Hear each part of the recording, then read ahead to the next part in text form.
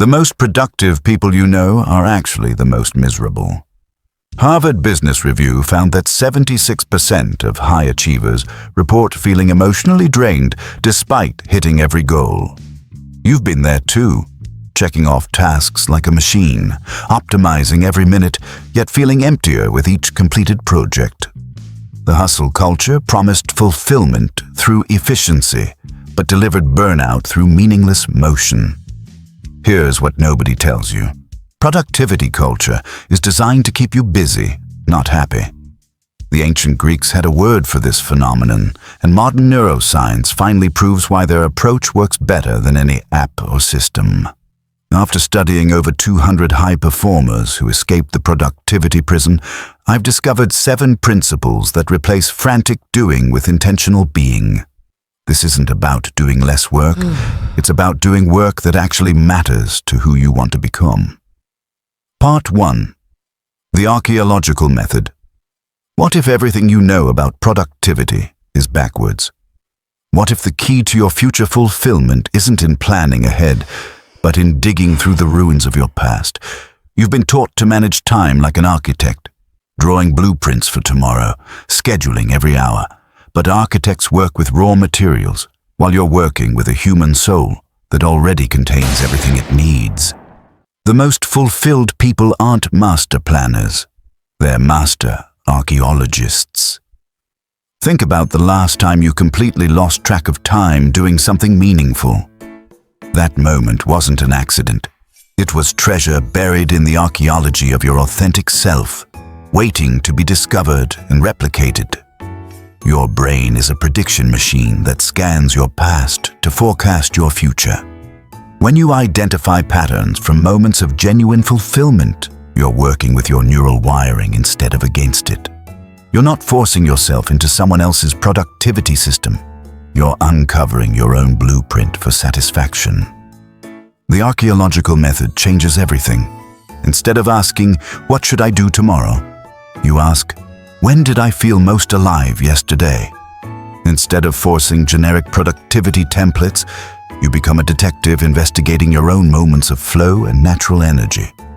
Your past contains patterns that predict your future fulfillment better than any planning system. The moments when you lost track of time weren't random. They were glimpses of your authentic operating system in action. Action step. Write down 3 specific moments from the last month when you completely lost track of time in a positive way. Describe exactly what you were doing, who you were with, and what environment you were in.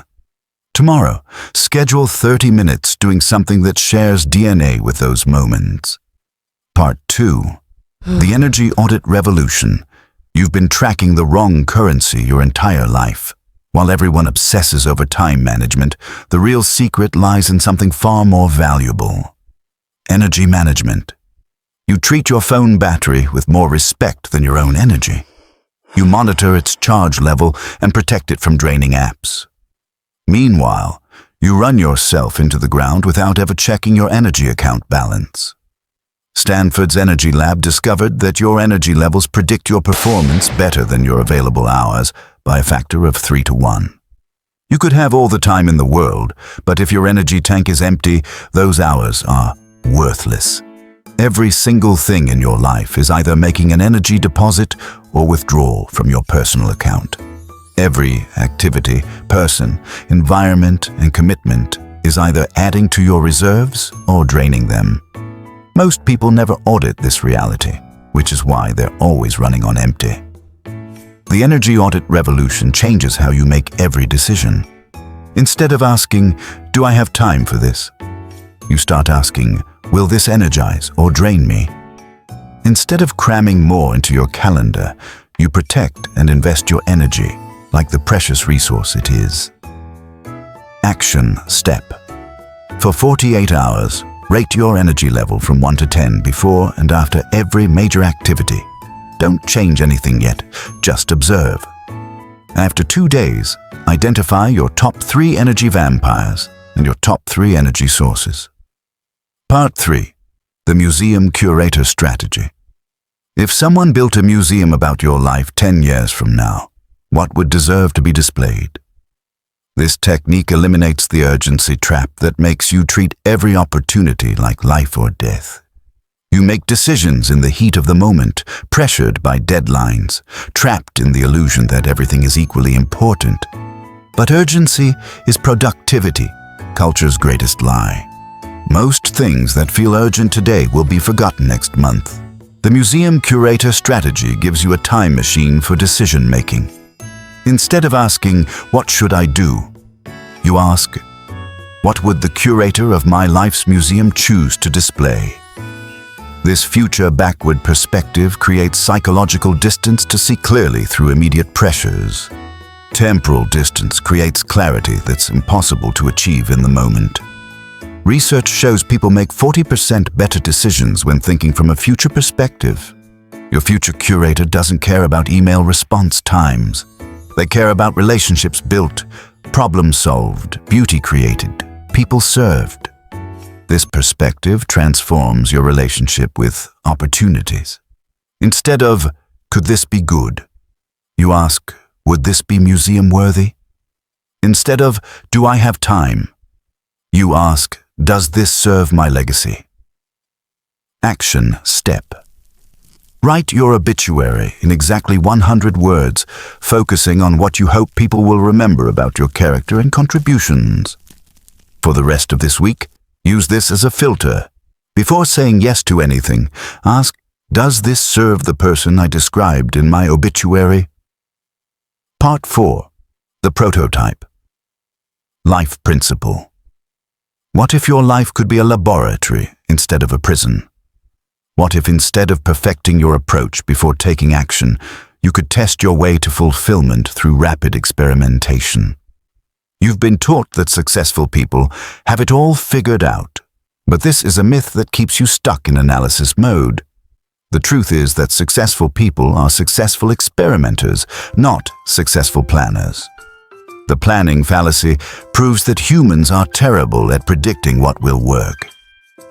Meanwhile, you could gather real data about what actually works through small experiments in a fraction of the time. The prototype life principle treats your life like a startup, treats product development. Instead of analyze, perfect, execute, you build, test, iterate.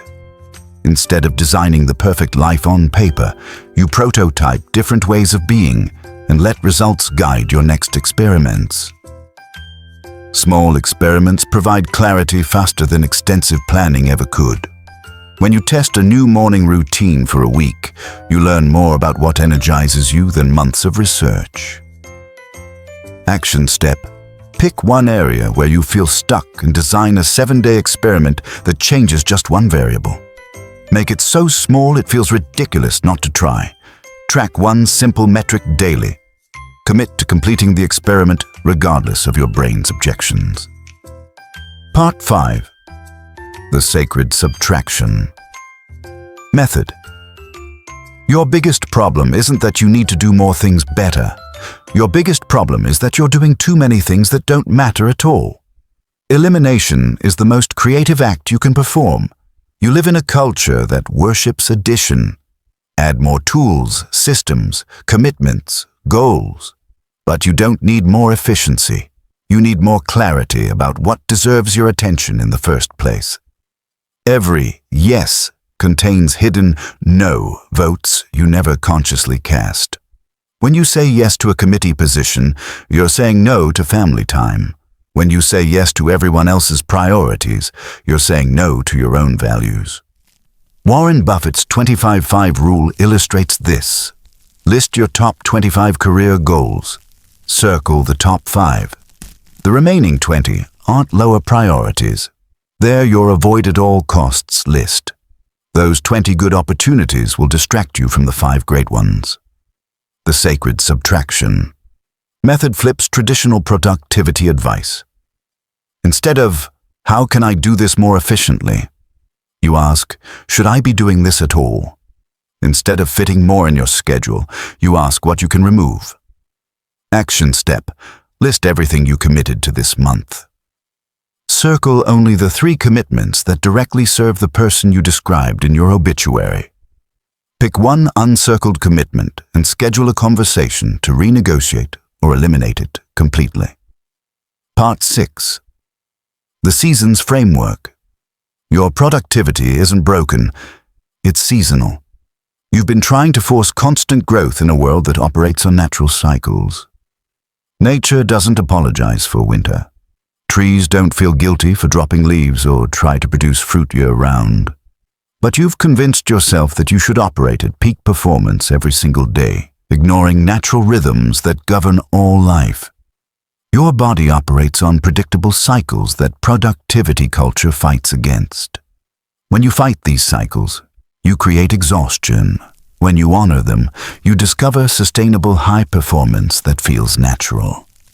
The Seasons Framework recognizes 4 distinct phases: spring for growth and new beginnings, summer for peak performance and execution, autumn for harvest and reflection, winter for rest and renewal. These seasons exist within your day, week, month, and year. Most people try to live in permanent summer, pushing for constant output. This ignores the natural cycles that make sustainable abundance possible. Action step. For 3 days, track your natural energy patterns without changing anything. Note when you feel most creative, focused, social, and tired. After 3 days, identify your personal seasons and schedule your most important work during your natural summer hours. Part 7. The Identity Investment Portfolio. Every single action you take is a vote for the type of person you're becoming. Identity-based transformation creates compound returns that make goal-based approaches look primitive. You've been taught to focus on outcomes, lose weight, make more money, build relationships. But outcomes are lagging indicators of identity. Your results reflect who you believe yourself to be. When you change your identity, behaviors automatically align, and outcomes follow naturally. The difference is profound. Outcome-based thinking says, I want to write a book. Identity-based thinking says, I am a writer. The first creates pressure and procrastination. The second creates natural momentum because writers write. It's what they do. Your identity operates like a compound investment account. Small, consistent deposits of identity-aligned actions create exponential returns over time. Each time you act in accordance with your desired identity, you make a deposit. Character compound interest follows the same mathematical principles as financial compound interest. The person who writes for 15 minutes daily becomes a prolific author. The person who exercises for 20 minutes daily becomes genuinely fit. Action step. Define the person you're becoming in one sentence, starting with, I am someone who... Tomorrow, take one small action that only this type of person would take, regardless of how you feel.